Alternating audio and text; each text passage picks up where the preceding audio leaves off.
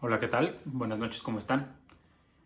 Bueno, en esta ocasión voy a hablar acerca de el video anterior que grabé, en el que me refiero justamente a la iniciativa de decreto presentada por Ricardo Monreal, mediante el cual se pretende desaparecer el IFT, la CRE y la COFESE.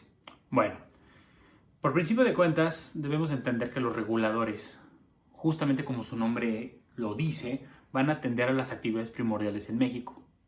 Es decir, las actividades sobre las cuales la economía en México y sobre todo las actividades económicamente preponderantes deben de tener un tratamiento especial. Bueno, me refiero justamente al tema de telecomunicaciones, competencia económica y evidentemente todo lo que tiene que ver con energías, ¿no?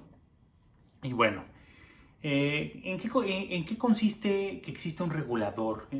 ¿Cuál es el papel de los reguladores en el Estado? Bueno, el regulador va a ser la autoridad, va a establecer las reglas, el control de operación sobre ciertas materias, ya sea en materia de telecomunicaciones, en competencia económica respecto a cuando una empresa incurre en prácticas monopólicas absolutas o prácticas monopólicas relativas y se le tiene que aplicar una sanción.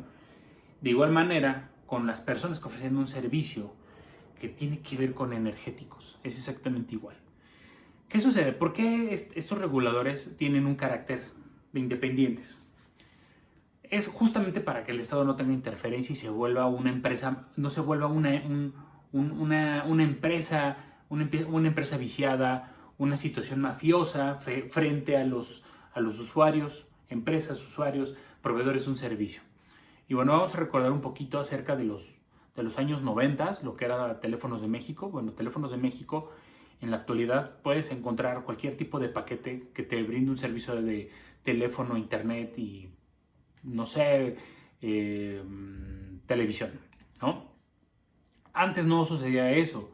Tú tenías un paquete muy limitado en el que las llamadas te las cobraban incluso hasta por tiempo. La cantidad y el tiempo de las llamadas. Ahorita puedes tener cualquier tipo de llamadas. Uno de los grandes logros de la reforma, de las grandes reformas estructurales como fue en telecomunicaciones es que el cobro de larga distancia dejó de existir. Es decir, nunca se imaginó, nunca los mexicanos, el grueso de los mexicanos, se imaginó que en estas épocas, en esta época, íbamos a tener, y cualquier persona puede tener acceso a internet por 20 pesos.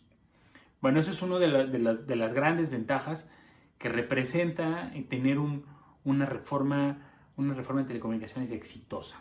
Y entre ellos nos remitimos incluso al sector energético de igual forma, en el cual tú puedes ir a una estación de servicio, ya sea Shell, BP o Hidrocina, y te ofrece un servicio más.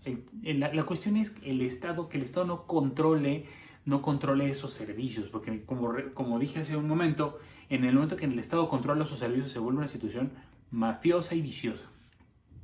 Bueno, eso es por un lado, se debe de respetar la autonomía de los reguladores, es sumamente importante.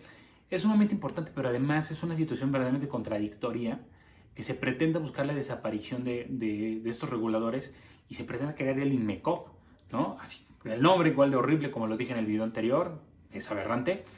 Se pretenda crear un gran monstruo, hacer más gruesa la burocracia.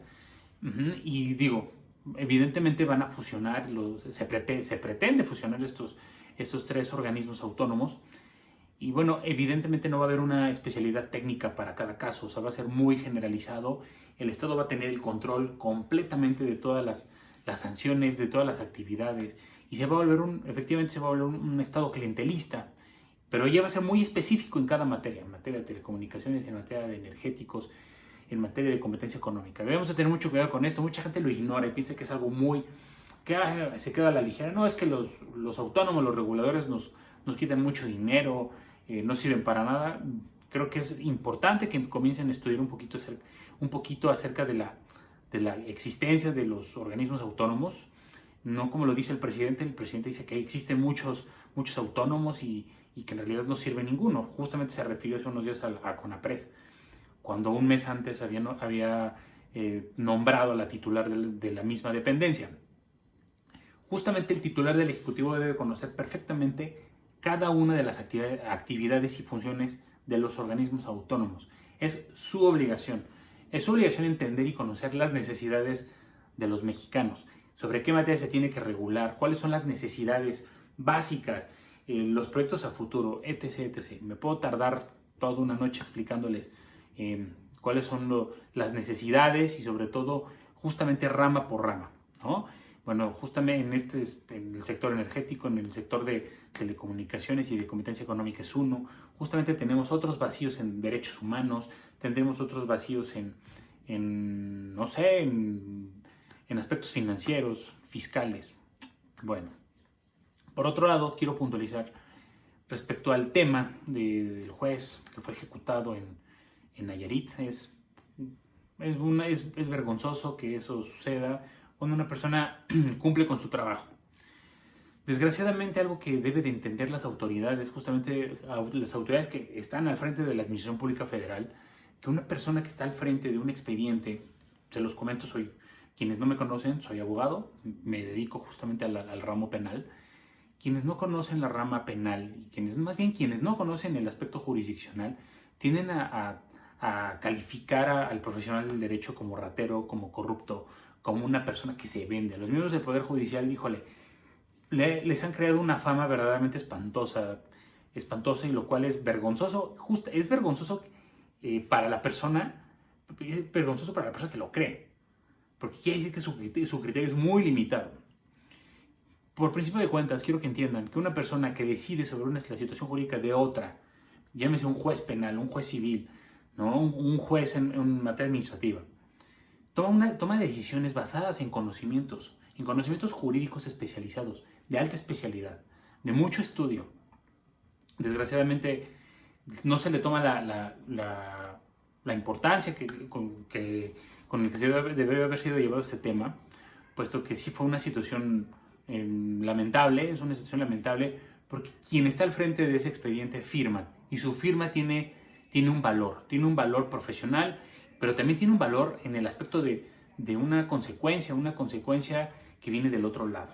Entonces eso se tiene que valorar, se tiene que cuidar un poco, se tiene que cuidar, no un poco, se tiene que cuidar completamente la integridad y la seguridad de los juzgadores federales y también de los juzgadores locales. Finalmente no es un trabajo sencillo y debemos de exigir un poco más a nuestras autoridades que el Estado de Derecho se salvaguarde, se proteja y tengamos un México más próspero, un México en el que las personas puedan calificar una conducta en el caso de un juez sin que tenga que temer por su vida al salir de su casa.